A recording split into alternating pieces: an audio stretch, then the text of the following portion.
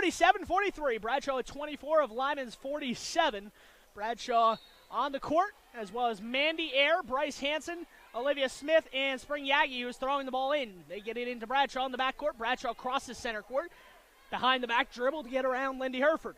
On the left side with it now, Mandy Ayer. Mandy Ayer at the top of the key. Bradshaw wide open, doesn't shoot the three. Up by 4 with 1:37. She's going to drive right down the lane. She's going to be fouled. McKinley Bradshaw scores and gets a foul called. It's going to be a three-point play, put quite potentially to put this thing away. Bradshaw makes it 49-43, a chance at the line to make it 50-43.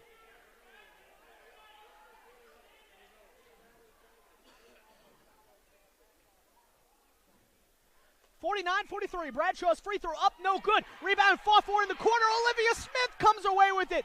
Olivia Smith driving baseline, going up, is fouled by Bugis and nearly got a three-point play again. Wow, Mountain View, when they needed a rebound, couldn't get it. And it's a 49-43 game with 1:28 to play. Olivia Smith at the line for 2 shots here for Lyman. Smith, first free throw, no good, also to the right. She gets another one. That's the 7th foul, by the way, on Mountain View. So any foul that's not a shooting foul will be 1-1 for Lyman for the remainder of the game. Bradshaw, Olivia Smith, second free throw missed, but Mandy Ayer comes up with the rebound. That's 2 offensive rebounds right when Lyman needed it most. 49-43, 1:18 on the clock. Bradshaw at the top of the key. Bradshaw being defended by Haley Herford. It's going to be a one-on-one. Bugis comes in to help. Bradshaw step back jumper, and that might just do it, folks. McKinley Bradshaw says good night. Put the kids to bed. This one's just about over. 51-43, Olivia Smith with a takeaway, but she stepped on the sideline.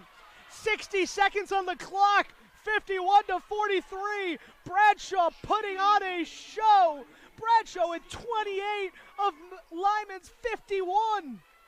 McKinley Bradshaw, I said before the game that she would have to get 30 for Mountain View to win, or for Lyman to win. She has 28.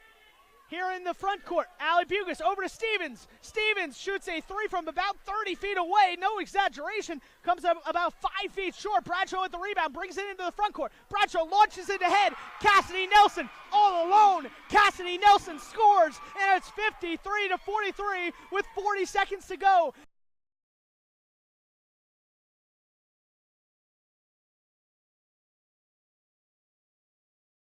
Everyone on the Lyman side with one finger in the air, signaling one. 1 point is all they need to be state champions. On the outside, kept alive by Bradshaw. McKaylee Bradshaw, Cassidy Nelson taps it over. Pacheco is there on the outside. Brooklyn Arnold. Cassidy Nelson on the outside. McKaylee Bradshaw's done it! McKaylee Bradshaw's done it! And the Lyman Eagles are state champions for the first time in 27 years! They stormed the court here at Casper Event Center, and the Lyman Eagles have come back from 2 sets to none, and they have done it! They are state champions for the first time in 27 years! The Lyman Eagles and head coach Brescia Hansen, and the Lyman Eagles are state champions for the first time in 27 years. Enjoy it, Lyman Eagles fans. You earned it. You're the champions for the first time in 27 years. The hardware will come back to Lyman tonight. Hugs all around on the court as the Lyman Eagles have celebrated a state championship here, as they have advanced and won their first state title, fitting for a senior-laden lineup to go out as state champions.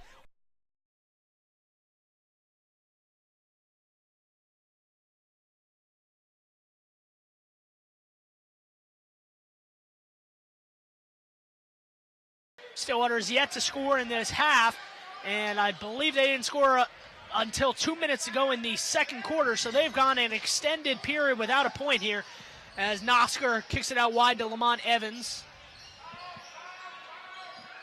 Inside to Vaughn and back up top. Stillwater really not working with an offense here, or can't get an offense going. I know that they're trying, but it really doesn't seem like anything's kind of coming up here. Vaughn inside gets it taken away at the free throw line by the defender up top. All the way inside, and I believe, yes, that is the 4th foul on Sean Tate. He comes into the game and within 3 minutes gets his 4th foul, and as of right now, there's nobody at the scorer's table, so he will remain in the game.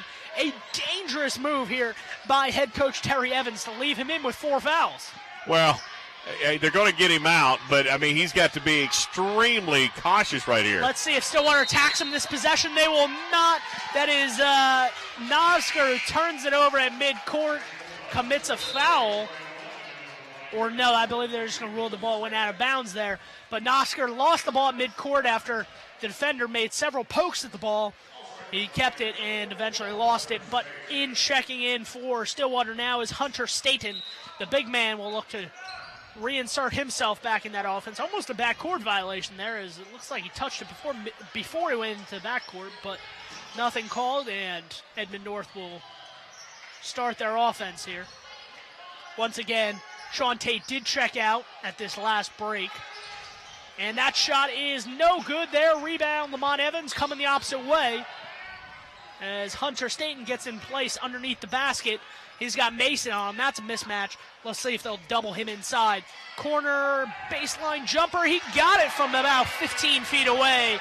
That was a nice jumper from Colin Carter. And the Pioneers have their first points of the second half just over 3 minutes in. You know, you got to be patient. And when it's not falling for you, you just got to continue to play defense. That's what they've done. Now finally hit the bucket and need to just continue to get stops and grind this one out. And I think Michael Davis will take that any day. A long 3 from Thornton, no good, leads to a long rebound. The drive, no good from Colin Carter. Lamont Evans tries to tip it in. He can't get it to go. The ball will eventually be knocked out underneath the basket, and they're going to rule this one back in Stillwater's favor.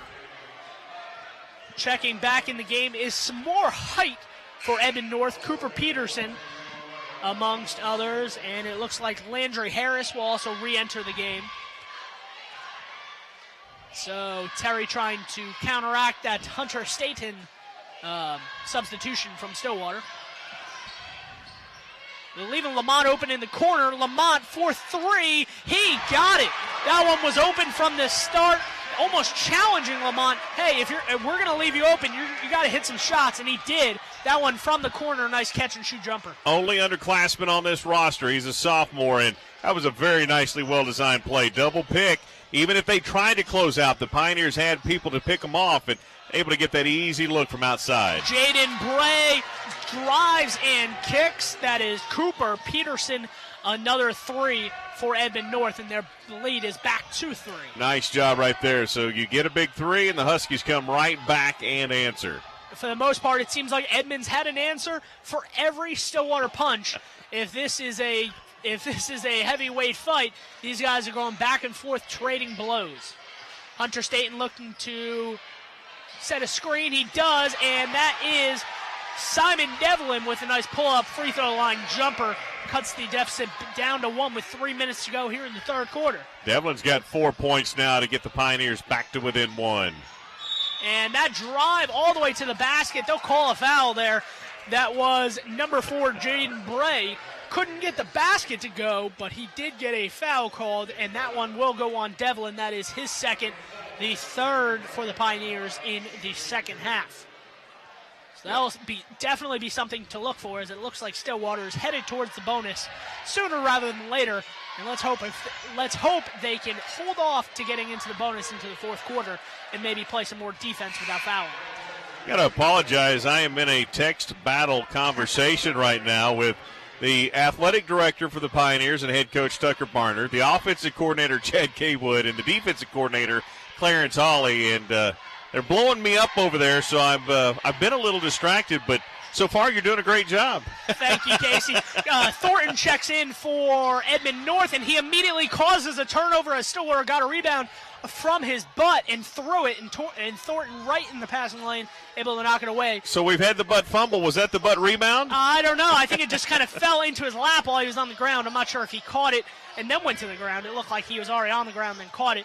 right inside to Thornton. I don't know why Lamont Evans is matched up with him, and neither does Thornton as he lays it in, gets the hoop and the harm for an and one to extend the lead to 3. He'll get a chance to make it a 4-point lead with a free throw. 9 points for Thornton, a chance to get to double digits, and he would be the first player for either team into double figures. He's got 9, Nolan's got 9, and Bray's got 7 for the Huskies. Edmond North not making sure the seats on the bench are not warm. They're using a lot of rotation here, a lot of subs. I know Thornton came out for about a minute and then just immediately reinserted and makes a difference on the three-point play. Yeah, and there he goes. He gets it and gets that 10th point we were just talking about. Edmond North trying to use some length here as they're doubling in the backcourt. Lamont Evans able to get it over. Simon Devlin trying to make a pass across the lane, not going to work, and it's a run out, a 2-on-1. Landry Harris. There is no call, and that is going to be a block. A late call from the official, and that will be an and one opportunity.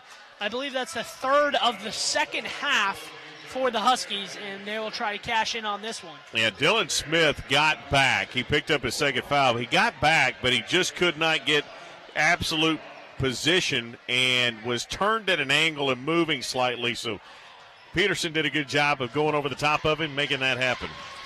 And he converts the free throw to extend the lead to 7 for the Huskies here with 2:28 to go. And that's the problem. If you're going to turn the ball over, if you're Stillwater, your big guy, Hunter Staten, is not able to get in position defensively, and that opens up the inside, something that Edmond North looking to capitalize on. Inside to Hunter Staten off the key, and he throws it in off the glass, and good. He gets a bucket, and he is started for the second half with 2 minutes here to go in the third quarter. Well, they have really been playing some terrific defense behind him, a lot of backside help. That time he had no backside resistance. That was straight to the bucket. Even with Thornton down low, they're not big enough to stop Hunter Staten. So if they leave him on an island, basically, he will capitalize every time. And speaking of Thornton, he lays one in, another 2 points for him. Looking to swing it wide, and that will be a foul on Cooper Peterson as he came and ran over number 22, Alex Nosker. That is Peterson's second foul, the second on the Huskies in the second half. 1:38 to go in the third quarter. Stillwater in the home whites, Edmond North in the dark navy blue. Lamont Evans to inbound, and he will get it. Him and Dylan Smith working with the ball, and they're going to call a foul underneath. It looks like Hunter Staten drew that foul on the defense. That'll be the third team foul, so still a long ways away for shooting for the Stillwater Pioneers as we hit that minute 35 mark. That's just tough for Byron Searles, who has to match up with Staten underneath. And as you said earlier, he's a big guy, and under the basket, they're given some liberties, but you can't be too rough with him. As a steal off the inbounds, coming the opposite way, a nice two-man game there, lays it in. The lead is 9 for the Huskies on that layup with 1:20 to go. And right now, if you're the Pioneers, you got to find a bucket and start stemming the tide going the other way. And a frantic drive looking to drop it off to Staten. No good. A 2-on-1 run out the other way. Ends up in a layup for Trey Nolan. And Terry Evans, or Michael Davis rather, from Stillwater is not pleased.